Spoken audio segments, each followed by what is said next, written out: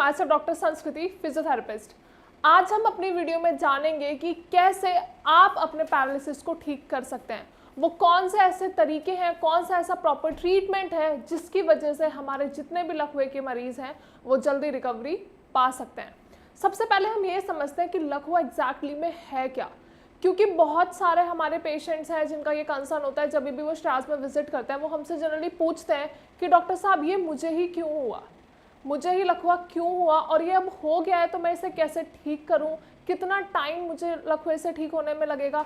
लेकिन अगर मैं आपको सही मायनों में एक बात बता दूं तो कोई भी डॉक्टर आपको ये नहीं बता सकता कि आपका लकवा कितने दिनों में ठीक हो जाएगा, क्योंकि अल्टीमेटली आपका जो भी ट्रीटमेंट है, आपकी जो भी रिकवरी हो रही है वो आपके ऊपर डिपेंड करती है। अब आपके माइंड में फिर से क्वेश्चन आया होगा कि मुझे तो लकवा हुआ है, मैं कैसे खुद से ठीक हो सकता हूँ। जी हाँ, आज यही सारे कंसर्न हैं, यही सारी क्वेरीज हैं जो हम अपनी वीडियो में जानेंगे और साथ ही साथ ये भी जानेंगे कि कैसे आप लकवे से जल्दी रिकवरी पा सकते हैं, कैसे आपका लकवा जल्दी ठीक हो सकता है। हम जब भी लकवे के बारे में बात करते हैं तो सबसे पहले हमारे दिमाग में क्या आता है कि ये हाथ पैरों का रोग है, मतलब हमारी मसल्स में कोई प्रॉब्लम हुई है, हमारे जॉइंट्स में कोई प्रॉब्लम हुई है। लेकिन आपके लिए ये जानना बहुत ज़्यादा ज़रूरी है कि लकवा हमारे दिमाग की बीमारी है, हमारे ब्रेन की बीमारी है। आप जब भी हॉस्पिटल गए, आपको पता चला कि आपकी बॉडी में कुछ अनयूजुअल सिम्टम्स आ रहे हैं। अनयूजुअल सिम्टम्स मतलब आपका हाथ ढंग से नहीं उठ पा रहा है, आपके हाथ में झंझनाहट महसूस हो रही है, आप कोई भी सामान उठा नहीं पा रहे हो, आप अपना खुद के काम कोई कर नहीं पा रहे हो, आप बोल नहीं पा रहे हो, आप खा नहीं पा रहे हो। तो ये जितने भी सिम्टम्स हैं ये सब आपको देखने को मिल रही है और आपको पता चला है कि मुझे शायद बॉडी में कुछ अजीब सी हलचल हो रही है, कुछ नर्वसनेस हो रही है, कुछ इचिंग हो रही है और आप डॉक्टर के पास गए। अब थोड़ा सा ये समझो कि जब आप डॉक्टर के पास गए तो डॉक्टर ने सबसे पहले क्या किया, आपके टेस्ट कराए, आपका सिटी स्कैन कराया, आपका एमआरआई कराया और जो भी फर्दर टेस्ट होते हैं वो सब टेस्ट परफॉर्म किए। यहीं से आपके दिमाग में ये आ जाना चाहिए कि डॉक्टर साहब मेरे तो हाथ पैरों की दिक्कत थी, तो मुझे ब्रेन की एमआरआई कराने की क्यों जरूरत पड़ रही है, मुझे सिटी स्कैन कराने की क्यों जरूरत पड़ रही है, क्योंकि लकवा हमारे ब्रेन की दिक्कत है। इसीलिए डॉक्टर्स ने आपके जितने भी टेस्ट हैं वो ब्रेन के टेस्ट कराए हैं। अब आपको ये तो पता चल गया कि लकवा आपके दिमाग की बीमारी है, लेकिन अगर ये दिमाग की बीमारी है तो हमारे हाथ पैर क्यों नहीं काम कर रहे हैं? हमारे हाथ पैर इसलिए काम नहीं कर रहे क्योंकि हमारा दिमाग काम नहीं कर रहा होता। हम सभी को इस बात का बहुत अच्छे से अंदाज़ा है कि ब्रेन हमें कमांड्स देता है, ब्रेन हमें रिफ्लेक्सेस देता है। मतलब जैसे कि एक प्रेस है, एक आयरन है, वो ऑन है, तो आप गर्म प्रेस को कभी भी हाथ नहीं लगाओगे ना। क्यों नहीं लगाओगे? क्योंकि आपके ब्रेन ने तुरंत रिफ्लेक्स दे दिया कि ये गर्म है, इसको हाथ नहीं लगाना है। या फिर ये तो बात कर ली हमने गर्म की, अब हम बात करते हैं किसी ठंडी चीज़ की। लाइक सपोज आपने बर्फ़ अपने हाथ में पकड़ी है, आप थोड़ी देर जब तक आप सहन कर सकते हो आप पकड़ के रखोगे।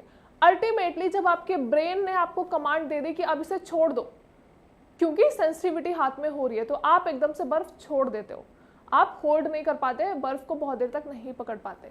तो ये जितनी भी एक्टिविटीज़ हो रही हैं, जितने भी एक्शंस हो रहे हैं, जितने भी रिफ्लेक्सेस हैं, जो भी हमारे ब्रेन और मसल की कोऑर्डिनेशन है, ये सब कहाँ से हो रही है? हमारे ब्रेन से। इसीलिए लकवे में आपके हाथ पैर काम नहीं करते हैं। क्यों नहीं करते? क्योंकि ब्रेन कोई कमांड नहीं दे पा रहा, और जब ब्रेन कमांड नहीं दे पा रहा है तो आप कोई एक्शन परफॉर्म नहीं कर पा रहे हो, आप कोई मूवमेंट परफॉर्म नहीं कर पा रहे हो और आपका दिमाग अपना काम ढंग से नहीं कर पा रहा है। अब हम ये जानते हैं, अब हम ये समझ लेते हैं थोड़ा सा कि ब्रेन काम कर क्यों नहीं पा रहा है। ऐसा क्या हो गया हमारे ब्रेन में, ऐसा कैसे डैमेज हो गया कि हमारा ब्रेन अपनी एक्टिविटीज़ परफॉर्म नहीं कर पा रहा है। अगर हम लकवे को थोड़ा सा और गहराई में समझें तो लकवा दो तरीके से हो सकता है मेजरली, मतलब कॉमनली जो भी दो कॉजेज हैं वो क्या है, या तो इस्केमिक स्ट्रोक है या फिर हेमरेजिक स्ट्रोक है। अब इसे थोड़ा सा समझते हैं हम, इस्केमिक स्ट्रोक और हेमरेजिक स्ट्रोक में होता क्या है। इस्केमिक स्ट्रोक में आपके दिमाग में क्लॉट हो जाता है। क्लॉट इन द सेंस, अब इसे थोड़ा मैं एग्जाम्पल के तौर पर समझाती हूँ। पाइपलाइन है, पाइपलाइन से पानी पास हो रहा है, लेकिन अगर बीच में कुछ अटक गया, बीच में कोई कंकड़ है, कुछ अटक गया है, तो जिसकी वजह से पानी नहीं जा पा रहा, पानी आगे फ्लो नहीं हो पा रहा। यही होता है हमारे ब्रेन में। जो भी वेसल्स होती हैं जो हमारे ब्रेन तक ब्लड लेके जा रही हैं, अगर उसमें कोई कंजेशन हो जाती है, कोई रुकावट आ जाती है, कुछ फंस जाता है, तो उसकी वजह से हमारा ब्लड आगे ट्रेवल नहीं कर पाता।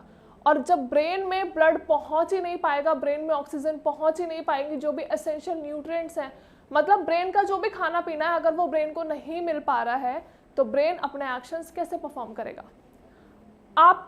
आप एक नॉर्मल इंसान है, आपको भूख भी लग रही है, आप सारे काम कर रहे हैं, लेकिन आप अपनी भूख का कोई इलाज नहीं कर रहे हैं, मतलब आप अपनी भूख के लिए खाना नहीं खा रहे हैं, तो बॉडी को ताकत कहाँ से मिलेगी। आप भूखे हैं, आपको खाना भी नहीं मिल रहा, तो बॉडी में वीकनेस आ जाएगी और आप अपने काम नहीं कर पाओगे। सेम विद ब्रेन, जब ब्रेन को प्रॉपर ब्लड नहीं मिल पाएगा, ऑक्सीजन नहीं मिल पाएगी, उसके प्रॉपर न्यूट्रिएंट्स नहीं मिल पाएंगे, तो वो अपना काम कैसे करेगा। यही होता है हमारे इस्केमिक स्ट्रोक में, मतलब क्लॉटिंग की वजह से जब पेशेंट्स को पैरालिसिस हो जाता है। अब हम बात करते हैं दूसरे स्ट्रोक के बारे में, दैट इज हेमरेजिक स्ट्रोक। अब हेमरेजिक स्ट्रोक में क्या होता है, आपकी नस फट जाती है, जो भी ब्लड वेसल्स हैं, जो भी ब्लड ब्रेन तक पहुंचा रही हैं, वो फंस जाती है, वो फट जाती हैं, रप्चर हो जाती है, जिसकी वजह से ब्रेन में लीकेज हो जाती है और ब्रेन अपना एक्शंस फिर से परफॉर्म नहीं कर पाता। तो ये दो मेन कॉजेज हैं जिनकी वजह से आपको पैरालिसिस होता है। अब आप थोड़ा सा ये समझने की कोशिश करो, किसी भी कारण से, स्ट्रोक के किसी भी रीजन की वजह से, जो मैंने अभी दो आपके साथ डिस्कस किए हैं, इस्केमिक और हैमरेज, अगर इन दो कारणों की वजह से आपका ब्रेन काम नहीं कर पा रहा है, तो आपको ये समझ आ जाना चाहिए कि जब ब्रेन ही काम नहीं कर रहा तो हमारे हाथ पैर कैसे काम करेंगे। क्योंकि मैंने वीडियो के स्टार्टिंग में बताया था कि ब्रेन जब तक रिफ्लेक्सेस नहीं देगा, ब्रेन जब तक कमांड नहीं देगा, हमारे हाथ पैर, हमारी मांसपेशियां काम नहीं करती हैं। अब हम ये थोड़ा सा समझने की कोशिश करते हैं कि ठीक है, ब्रेन को डैमेज हो गया है, अब हम इसका कुछ नहीं कर सकते। जो सेल्स डैमेज हो गई हैं, जो सेल्स मर चुकी हैं, हम उनका कुछ नहीं कर सकते। लेकिन जो बाकी बची हुई सेल्स हैं, जो बाकी बची हुई ब्रेन सेल्स हैं, हम उनको और ज़्यादा न्यूट्रिएंट्स दे सकते हैं, उनको और ज़्यादा ब्लड सप्लाई दे सकते हैं और उनको एक्टिव रख सकते हैं। अब एक्टिव कैसे रखेंगे हम उसे? Proper medicine as well as proper exercises. जब तक पेशेंट्स खुद से इनिशिएटिव नहीं लेंगे, जब तक पेशेंट्स ये नहीं समझेंगे कि उनको अपने दिमाग पे काम करना है, और दिमाग पे कैसे काम करना है, कुछ ना कुछ एक्टिविटीज करते हुए, एक्टिविटीज इन द सेंस कुछ ना कुछ एक्सरसाइजेस करते हुए। पेशेंट्स जब तक ये नहीं जानेंगे कि उन्हें एक्सरसाइजेस करनी है, क्यों करनी है, क्योंकि उन्हें रिकवरी जल्दी लेनी है। सेम विद मेडिसिन, उनको मेडिसिन लेनी है। हमारे जितने भी पैरालिसिस के पेशेंट्स हैं वो मेडिसिन क्यों ले रहे हैं? जल्दी ठीक होने के लिए। लेकिन सिर्फ मेडिसिन से काम नहीं होता है, आपको एक्सरसाइजेस भी करनी है, आपको अपनी डाइट भी प्रॉपर रखनी है, क्योंकि इन्हीं केसेस में हम रिकवरी बहुत रैपिडली, बहुत स्मूथली देख सकते हैं। पेशेंट्स का जनरली ये कंसर्न होता है कि डॉक्टर साहब हमें तो पैरालिसिस हो गया है, हमारे तो हाथ पैर काम ही नहीं कर रहे, हम कैसे एक्सरसाइजेस परफॉर्म करेंगे। लेकिन आपके लिए ये समझना बहुत ज़्यादा ज़रूरी है कि चाहे आप हल्की मूवमेंट्स करो, चाहे आप अपना हाथ थोड़ा सा हिला पा रहे हो, पैर थोड़ा सा हिला पा रहे हो, लेकिन वो करना बहुत ज़्यादा ज़रूरी है। क्योंकि आज आप थोड़ा सा डिस्टेंस कवर कर रहे हो, मतलब आज आपका थोड़ा सा पैर हिल रहा है, कुछ 2 दिनों में, 4 दिनों में, 5 दिनों में आपका पैर थोड़ा सा और हिलने की कोशिश करेगा, आपकी मांसपेशियां थोड़ा सा और काम करेंगी। इसीलिए अर्ली 6 मंथ्स में हमें बहुत अच्छी रिकवरी देखने को मिलती है। क्यों मिलती है हमें 6 मंथ्स में रिकवरी देखने के लिए, इसको मैं थोड़ा सा समझाना चाहूँगी।